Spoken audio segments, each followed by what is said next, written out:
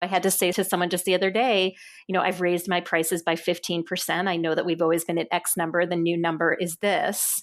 And I so wanted to say, but if you don't want to pay it, it's okay. Or I know that might be challenging, but I let it sit there and the person said, okay. You're listening to Financial Grownup with me, certified financial planner, Bobbi Rebell, author of How to Be a Financial Grownup. And you know what? Being a grownup is really hard, especially when it comes to money. But it's okay. We're going to get there together. I'm going to bring you one money story from a financial grownup, one lesson, and then my take on how you can make it your own. We got this. Hey grownups, if you are like me, you love to read, but if we're being honest, it doesn't happen. The time just flies and the intention does not become reality. So do what I do. Get the intel you want in a way that matches your schedule. I recently started using the Blinkist app and I love it. It puts the content of books that you want to read into powerful summaries called blinks, usually just a minute at a time. A whole book can be 15 minutes-ish, just like this podcast, right on your favorite device. Text or audio, totally fits your lifestyle. I am obsessed. Go to bobbirebell.com/Blinkist for a free trial and to support the show. One of the best parts of doing this podcast is I get access to the top authors out there, and I have a big treat today.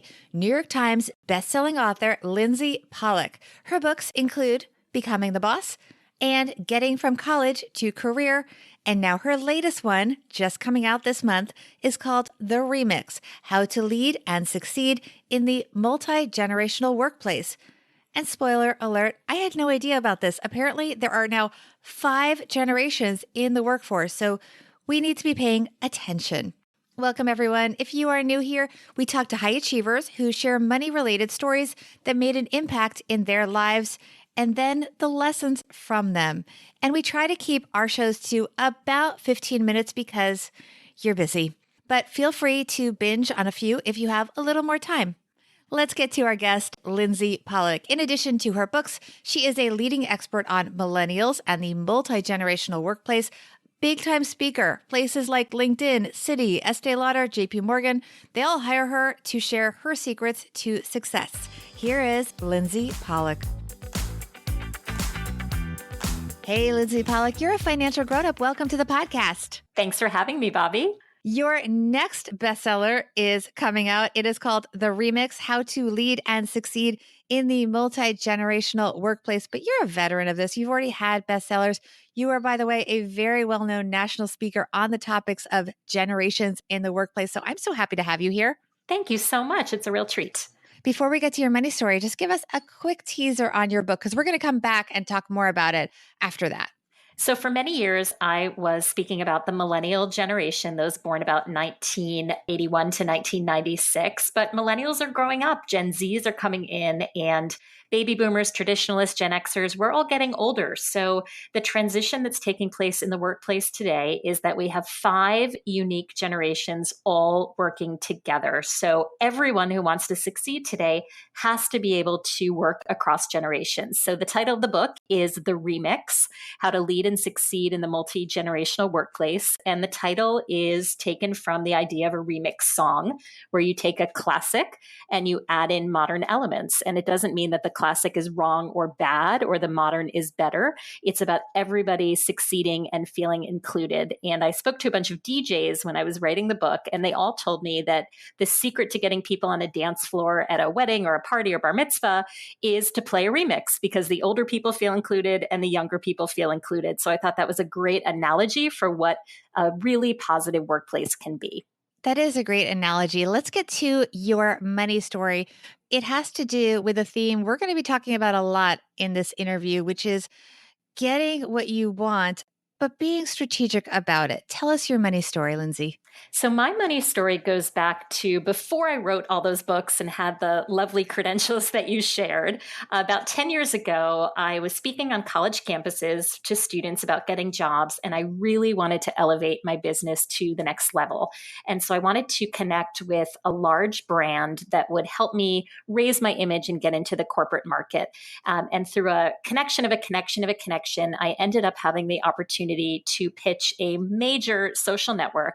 And my pitch to them was that I wanted to run a series of webinars to campus career centers to teach them how to use this social network and get their students to use it for their career success. You can probably guess which network it was. And I had no platform. I had no reputation. I had nothing to Right. offer. And so And what I let me did, just ask you, how had you even been connected to them? I was so set on a couple of different companies wanting to work with that I asked everyone I knew, hey, do you know anyone at this company? And it took one full year, Bobby. And finally, a friend of a friend worked out in Silicon Valley and said, I know someone there. I'm willing to make an introduction. So I asked until I finally got a yes. So you had already invested quite a bit of time and energy in this and a lot of tenacity. Okay, so now you get your moment. Keep going. Okay, so I got my moment and I wrote up a huge fancy proposal that I was really proud of. And I thought, how am I going to price this? They don't know me. I did not want to do it for free. And so what I did was I came up with two tiers. I came up with a tier that was a very, very low investment for this company to pay me to start this webinar and run it. And then I came up with a really, really high number and said, if I can train 5,000 people in 2 months, if 5,000 people signed up to take this webinar in 2 months, you'll pay me this number. And they agreed to it because they basically had nothing to lose. The first number was really small. Well, I mean, you've transferred all of the risk. I mean, you're taking on all the risk if the project were to not go well. They basically don't have much at stake. The payment from them would be so small. But of course, you are getting huge reward if it goes well, which of course I know it does. We'll keep going. It went well. I did everything humanly possible to get 5,000 people to sign up for those webinars. And I do want to give credit that I had a very warm introduction. So I think that networking connection really helped. But I worked like crazy to get those people to sign up. I made the number. And the best part of the story is that I continued to work at that company for 6 more years. So I think by proving myself at the beginning, I was able to start the relationship off right. And it truly was a game changer for my business. What is the lesson from that story for our listeners? I think there are 2 lessons. One is to be really clear on what you want. And if you get the introduction you want, or if you get the opportunity you want, how are you going to turn it into something big? I think a lot of people say they want success, or they want to write a book, or they want to get their script produced. But once you have the opportunity in front of you, what are you going to do to make sure that you get a yes? And I can't say I knew at the time that this would be such a lesson, but it was so empowering to know that I was willing to put everything on the table and work tenaciously, as you said, to get it. So know what you want and really think about how you can get the other side to say yes, even if it means that you have to put some risk on the table. You also mentioned the term a warm introduction. Can you talk more about how that came about, how that comes about, how people can get that more, and the importance of the kind of introduction that you get, the nuance there? Absolutely. And Bobby, you are such a good practitioner of this, generously making introductions for people you know and trust. I think that it's really easy to connect with someone today, whether it's on a social network, whether it's sending an email, finding somebody's phone number. That's easy. What's harder is standing out from the crowd. And I think the way to do that is when you have a person, a human being who knows and trusts you, who also knows and is trusted by the person you want to meet. So I don't think that it was just me and my proposal that got that company to say yes. I think it was the fact that someone who they trusted and vouched for me was able to make that introduction. You know, we live in a world of a lot of connections, but that true trusted connection, I think, is more valuable than ever. That to me is a warm connection. Let's talk about your everyday money tip, because that also has to do along the theme of negotiation. Tell us. I'm laughing that my money story is about how great of a negotiator I am, because it took me so long to learn how to improve my negotiation skills. And my best negotiation tip is silence. So why?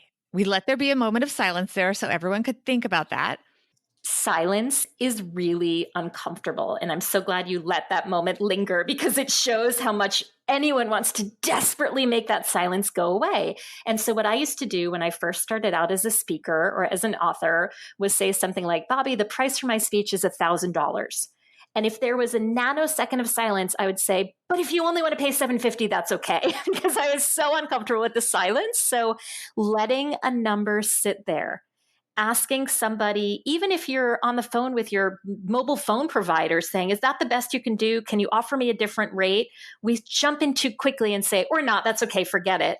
Letting that silence linger is so hard and has been a huge challenge for me, but it is my best money tip to not talk myself down or lose an opportunity to get a better price because I'm not willing to sit with silence. Can you recall any time that was super effective using that technique? Can you give us an example? Oh, every day when I'm negotiating for my business. As I've gotten more successful as a speaker, I've raised my prices. And probably the hardest one to do is to raise a price on an existing valued client. But over time, it's really a necessity to grow your business. So I had to say to someone just the other day, I've raised my prices by 15%. I know that we've always been at X number. The new number is this.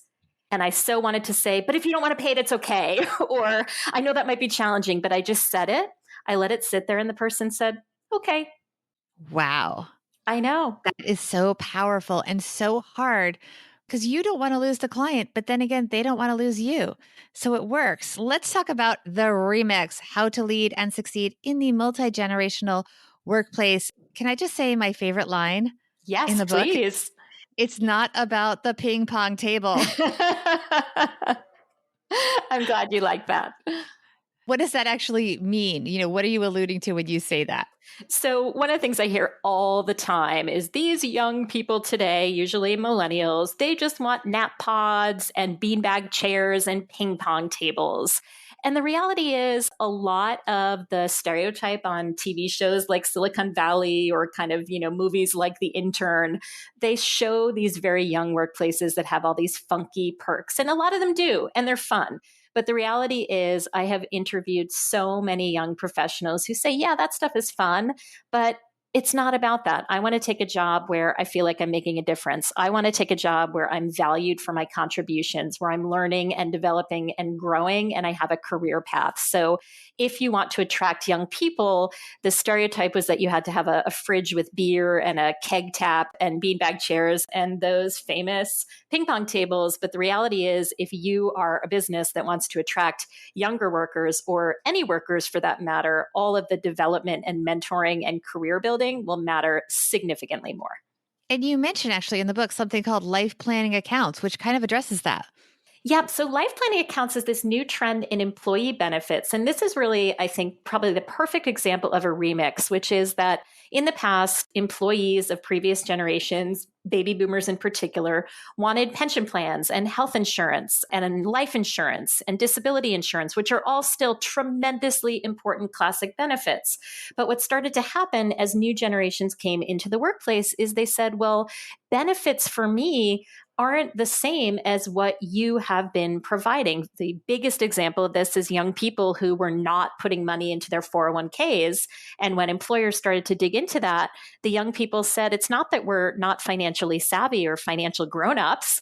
The reason is that we have student loans to pay off. So if you really wanted to provide a benefit for us, you should do that. And now 4% of employers and growing are providing student loan benefits. So what a life planning account does is it's a company saying, we're going to give you either a number of points or a certain amount of money for you to allocate to the benefits that are meaningful to you. You can personalize them, customize them based on your age or your life experience or your preferences or your needs at this particular moment. We are not going to dictate to you what you should value.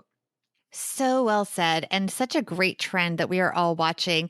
Everyone should check out your book. Tell us more about where we can find the remix and where we can learn more about you and also your speaking, because you are a big speaker on the national stage these days. Thank you. The book is called The Remix, How to Lead and Succeed in the Multi-Generational Workplace. It is at bookstores, your favorite bookstore, Amazon.com, and my website, lindseypollack.com. And I will spell that for you. Bobby and I have talked about spelling and pronunciation issues many times. My name is Lindsey Pollack, Lindsey Pollak, lindseypollack.com. And I'm on all social media with my name. Thank you, Lindsey. Thank you so much for having me. Hey, everyone. Before we get to my take on the interview, I want to share a personal story. I recently was in a bookstore and I saw this book that I remember loving, The 4-Hour Workweek by Tim Ferriss. I read it years ago. I wanted to remember the main points, but the truth is my memory's just not that good. And rereading it, probably not realistic given my current schedule, but I had a solution because I had recently discovered an app called Blinkist, and sure enough, it was on there. So what Blinkist does is it takes books, including the 4-Hour Workweek, and it breaks them down into manageable 15-minute-ish summaries so you can get all the knowledge that you need even if you don't have the time. I love the app so much, I reached out to Blinkist to bring them on board as a partner to the podcast. Get a free trial using my link, bobbyrebell.com/Blinkist. And then please let me know how you like it and what books you are listening to. And thank you for using that link to support the show. Again, it's bobbyrebell.com/Blinkist. Okay, let's get into it. Financial grown-up tip number 1. Lindsey talked about warm introductions, and I could not agree more.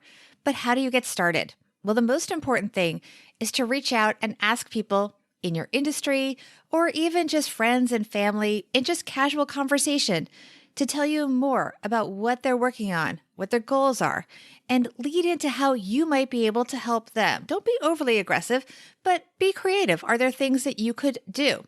And then follow up. And this is the most important thing. Don't ask them for anything in return. The crazy thing that I have found is that the people that have come forward on my behalf and made introductions for me aren't always the ones that I have helped. It's not always linear. In fact, it rarely is. Very often the people helping me are people that aren't necessarily in my closest circles. They're people that I've met through my life that I've stayed in touch with. Maybe a quick email every 6 months, a quick coffee date once or twice a year, that kind of thing. And just being in touch with them and being considerate of what they're going through and what their needs are. Maybe they'll think of you when an opportunity that's appropriate for you comes about, or maybe they'll be there for you if you want an introduction to someone that they know. Be patient. If you give, you will receive. Financial grown-up tip number 2. Lindsey's book is so full of great tips for us. She shared a couple, but I wanted to give a little bit more. So here are some other tips from Lindsey. First of all, if you can work up the courage and feel comfortable, and if you don't, then get comfortable. Do this. Work up to this.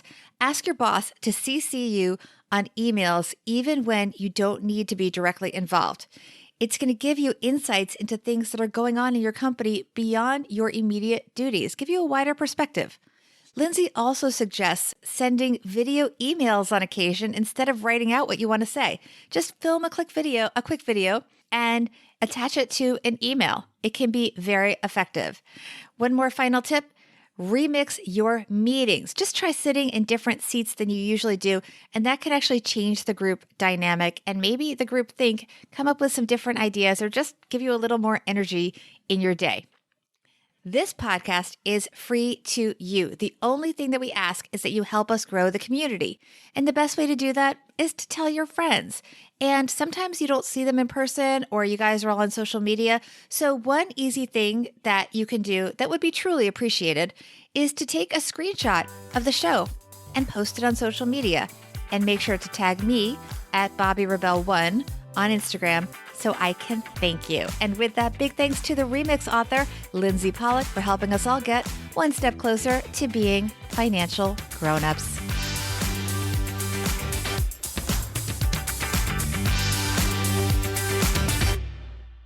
Financial Grown-Up with Bobby Rebell is edited and produced by Steve Stewart and is a BRK Media production.